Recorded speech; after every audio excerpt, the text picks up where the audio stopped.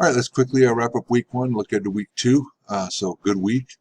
We have a small class, just a total of 4 of us. So good week in the discussion, good assignments. You guys, everyone got everything turned in. So I'll be starting to grade tonight. Should easily finish up by tomorrow sometime.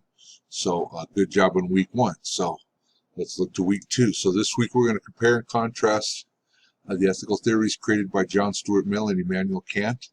Okay, for our discussion this week, we're going to go over the morality of a police department setting up a speed trap in their jurisdiction.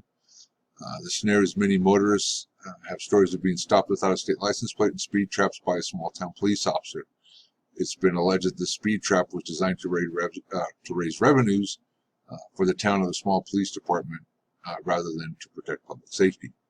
So the problem has become so pervasive in Georgia that the state legislature passed a law that restricts revenue from speeding tickets to a maximum of 40% of the police department's budget.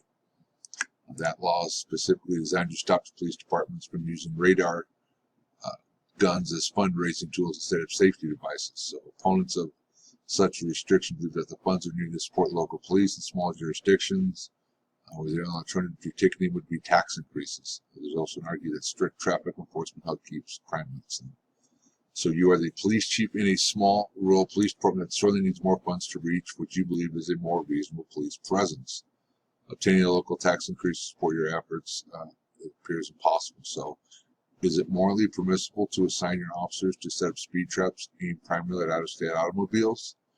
And second, is it morally permissible to set up speed traps for the sole purpose of raising much needed revenue?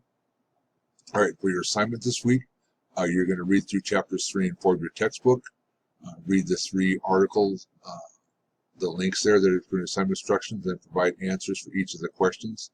Do these 3 scenarios violate ethical standards? Do the 3 scenarios violate moral standards?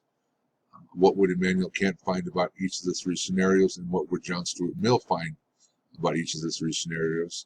Each of these should include a short paragraph for each, for response for each of these questions. And then lastly, you have your learning assessment 2 this week. So you're going to complete that as well. So that's it for week 2. So everyone's caught up and current on week 1. So I wish all of you good luck in week 2. And if you guys need any help, have any assistance, let me know.